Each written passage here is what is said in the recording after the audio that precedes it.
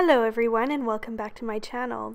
So in today's video I thought I would do a makeup tutorial featuring a lot of the products I recently hauled in my Sephora sale haul. I know a lot of you really liked that video, so here is everything tested and my thoughts quickly, as well as a new makeup look to try for spring. If you've never tried teal eyeliner, it's a great way to kick up a natural, pretty, everyday, office appropriate eye with a little bit of color. So the first product I always use when I do my makeup is my Clinique BB cream. You can see it blends so seamlessly into my skin, and I know a lot of you do use a beauty blender with this, but you'll see throughout this tutorial my favorite tool is my fingers. I'm not a professional makeup artist, I don't pretend to be. I'm just a girl who loves makeup and wears it every day to get through my day and brighten up my mornings. So the first thing I do on the concealing side is to use the Rose Radiance concealer from MAC. It's very thin and so it doesn't crease, but it does brighten a lot and has those great pinky tones that really help to make my under eyes look more awake. And then the new product that I've been loving is the Clinique Even Better Foundation. It's really thick. I really consider it to be more of a concealer, but it helps to bump up that coverage wherever you need it, especially around the nose area for me and a little bit on the forehead right now too. And you can see it's a little bit warmer than my skin tone, but it actually works great right now because I do have a little bit of color on my arms and legs, and so I'm warming up the skin rather than kind of contouring or even bronzing or anything like that with a lot of the products that I'm using, and I really like the consistency of this new foundation. My favorite powder for a while has been the Kat Von D, and it does have quite high coverage on its own as well, but I apply a very thin dusting with a fluffy brush all over the face, and it really makes a big difference in terms of the lasting power of all of the face makeup that I wear.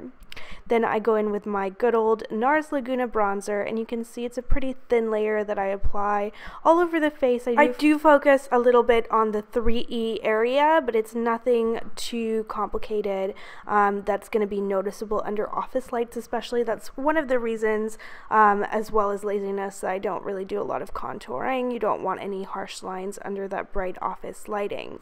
I do have this new palette that I got from Tom Ford while I was in Hawaii. It's a gorgeous palette and I've been really enjoying the corally blush from it. And then I've got my new Cover FX highlighter, and again, this is not the proper makeup artist way of applying it, but it's what I like to do, and I think it's a testament to the quality of the product that I can get away with this. So I just tap it in with my fingers, apply it directly from the pipette onto my skin instead of onto your hand like you're supposed to, and it just gives such a nice warm glow. It's really forgiving, even more so than I thought it would be, and I just go ahead and set it with a little bit of the highlighter from the Tom Ford palette on top, which is a nice champagne color.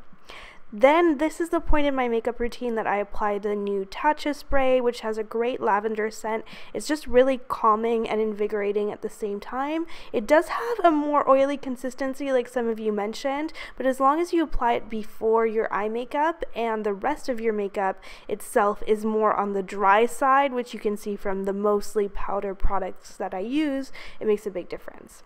Then we go on to NARS priming of the eyelid as usual, and my new natural eye palette from Too Faced, which I'm obsessed with right now. It's amazing, very simple. So for the brow bone, the first thing I do is apply a thin layer of the Heaven color, which is a really nice creamy ivory, which is not chalky at all. It's a really nice consistency. And then I go in with Silk Teddy on the inner eye corner, which is a slightly frosty pink, but it's nothing too dated looking and just kind of brightens the inner eye corner. And then I'm going in with the color Nudie, which is just a really nice buff blending color that can act as a great base for your entire eye look. So I concentrated it mainly in the crease on this particular look. I didn't want anything too dark in the crease since this is a day look. And then on the middle of the eyelid, I applied the color Push Up, which is so stunning. Probably the best eyeshadow in the whole palette because it's a true bronze. It's neither orangey nor pinky, just really gorgeous and blends really easily. And then in the outer eye corner, I applied a combination of Espresso and the chocolate color as well, so that it wouldn't be too inky or a lot of work to blend, since this is supposed to be an easy, quick makeup look that you can wear to work. And then I just go ahead and wipe away any excess or dark fallout from the outer eye corner, because otherwise that can make you look really tired.